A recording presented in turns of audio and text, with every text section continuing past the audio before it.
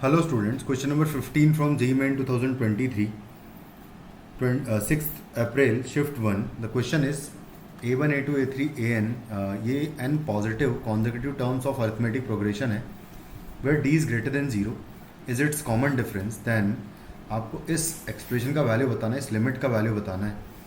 तो सबसे पहले मैं इसको सॉल्व करूँगा और इसका वैल्यू निकालूंगा. तो मान लेते हैं कि इसका वैल्यू मैं s कह देता हूँ इसको, जो कि लिखा हुआ है 1/√A1 प्लस √A2 प्लस है फिर 1/√A2 प्लस √A3 है से लेके लास्ट में 1/(an-1) का अंडर रूट एंड प्लस √(an) है.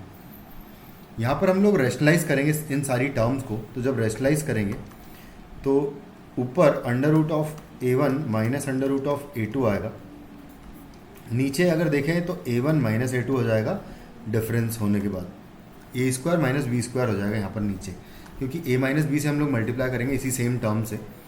तो नीचे प्लस वाली टर्म ऑलरेडी है तो A² माइनस B² यानी कि रूट हट जाएगा, कुछ इस तरीके से आ जाएगा. ये सेम में यहाँ पर भी आएगा √A2 माइनस √A3 आएगा, डिवाइडेड बाई यहाँ पर भी A2 माइनस A3 आएगा से लेके कुछ इस तरीके से लास्ट टर्म अगर देखें तो यहाँ पर आएगा अंडर रूट में an-1 माइनस √(an)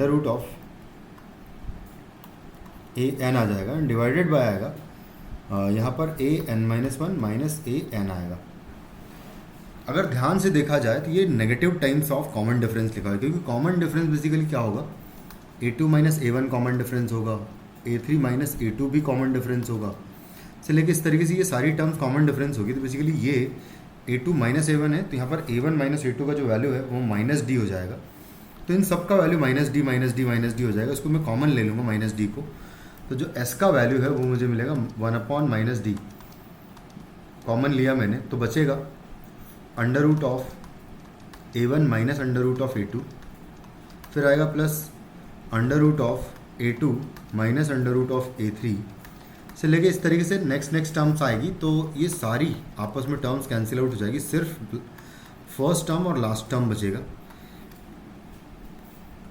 ये इससे कैंसिल हो जाएगा, ये इससे नेक्स्ट से, और ये इसके जस्ट फर्स्ट से कैंसिल आउट हो जाएगा.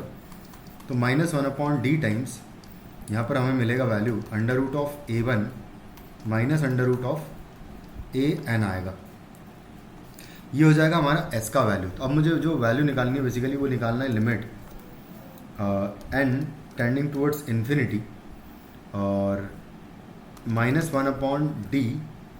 पहले हम लोग उसको लिख लेते हैं ये पूरा टर्म. तो √d अपॉन √n है, √d डिवाइडेड बाय √n यहाँ पर है,